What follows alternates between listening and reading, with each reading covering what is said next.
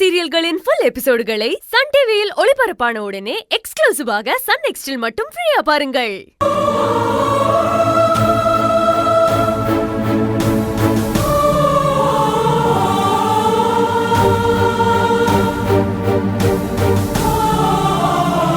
இத்தனை வருஷமா எந்த நோய் நொடியும் இல்லாம வாழ்ந்த உங்களுக்கு இப்படி ஆனதுக்கு நான் தான்ப்பா காரணம். அம்மா எல்லா விஷயத்தையும் என்கிட்ட சொன்னாங்க.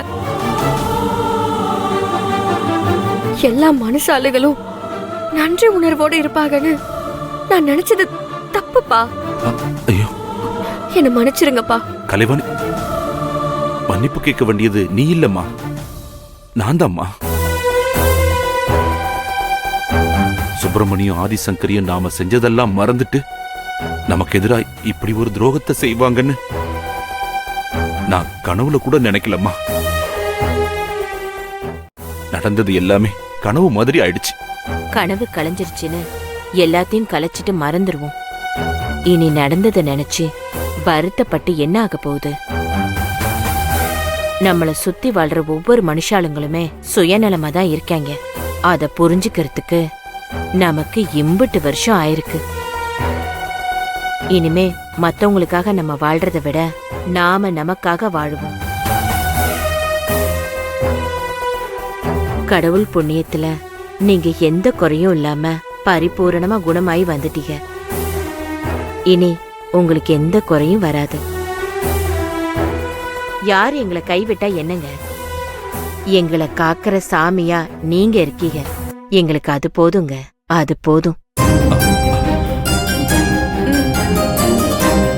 நடந்ததெல்லாம் கெட்ட கனவா நினைச்சு மறந்துருவோம். எதையும் மறக்க போறதில்ல. அவங்க நமக்கு செஞ்ச பாவத்துக்கும் துரோகத்துக்கும் பதில் சொல்லணும். மன்னிச்சு விட்டா இன்னைக்கு நமக்கு செஞ்ச துரோகத்தை நாளைக்கு வேற யாருக்காவது செய்வாங்க. விடக்கூடாது. கலைவாணி, அவங்க செஞ்ச தப்புக்கு கடவுள் கூடிய சீக்கிரமே கூலி கொடுப்பாமா. விடுமா. எந்த கடவுளும் இறங்கி வந்து தண்டனை கொடுக்க போறதில்ல. அப்படி தண்டனை கொடுத்திருந்தா பயத்துல ஒவ்வொரு மனுஷனும் நியாய தர்மத்தோட வாழ்ந்திருப்பான்.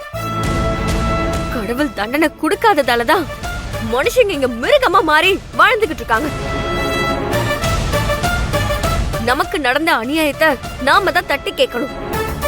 பணத்தை பார்த்தோ, பதவியை பார்த்தோ, ஆள் பலத்தை பார்த்தோ, அதிகாரத்தை பார்த்தோ பயந்து ஒதுங்குறவ இல்ல இந்த கலைவாணி. யாரா இருந்தா என்ன, நமக்கு நடந்த அநியாயத்தை தட்டி கேப்ப.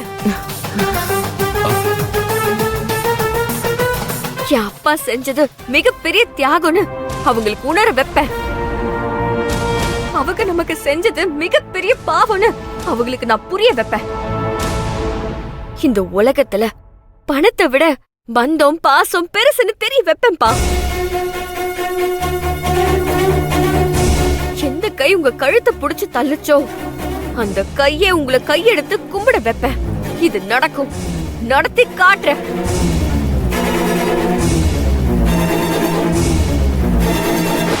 இல்லம்மா, பணத்திமிர்ல அலையறவங்கள நீ நினைக்கிற மாதிரி சாதாரணமா மாத்திர முடியாது.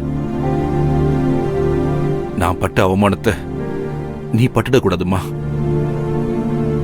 மனசாட்சி இல்லாதவங்க கிட்ட மனசாட்சியை தேடி போக வேண்டாமா.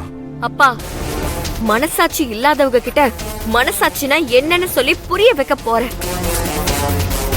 நிச்சயமா இந்த போராட்டத்துல நியாயம் ஜெயிக்கும், அநியாயம் தோக்கும். சென்னைக்கு கிளம்புங்க. தயவு செஞ்சு முடிவை மாத்த நினைக்காதீங்க. நமக்கு தேவையானதை நான் எடுத்து வைக்கிறேன். கலைவாணி, கமலா, அவங்க கிட்ட அதிகாரம், ஆள் பலம், பணபலம் எல்லாம் இருக்கு. ஆனா நம்ம கிட்ட என்ன இருக்கு? என்னங்க, நம்ம கிட்ட தைரியம் இருக்கு, உண்மை இருக்கு, நியாயம் இருக்கு, சத்தியம் இருக்கு. அதுக்கும் மேல தெய்வத்தோட துணையும் இருக்குங்க. நம்ம பொண்ணு கலைவாணியும் கூட இருக்கா. பாத்துக்கலாங்க.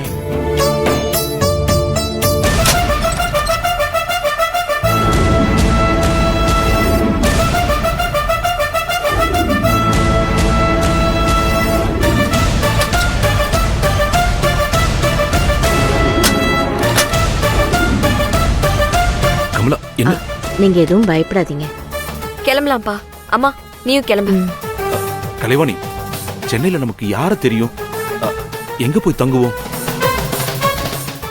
என்ன வேலை செஞ்சு பொழைப்போம்? எதுவும் தெரியாம எந்த நம்பிக்கையில யார நம்பி அங்க போய் நிப்போம்? அப்பா, நம்ம மண்ணை நம்பி வாழ்றவங்க. மண்ணுல ஆரம்பிச்சு மண்ணுல முடியற வாழ்க்கை இது. நம்ம போற இடத்துலயும் மண் இருக்கு, நல்ல மனுஷங்களும் இருக்காங்க. நம்ம நம்புற அந்த தெய்வமும் இருக்கு. நம்ம கதவை தட்டுவோம், நிச்சயமா திறக்கும். நம்ம தொழிலும் இந்த மண்ணும் நாம எங்க போனாலும் நமக்கு கை கொடுக்கும். நம்பிக்கை மட்டும் இருந்தா எந்த மண்ணிலையும் நம்ம பொழைச்சுக்கலாம்ப்பா. இதே பூமியும் வானமும் தான் அங்கேயும் இருக்கு. நம்பிக்கை தான் வாழ்க்கை.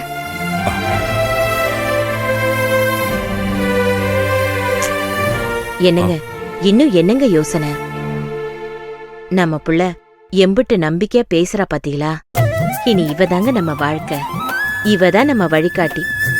இவ கைய புடிச்சிட்டு நம்ம போலாங்க. நீங்க கிளம்புங்க.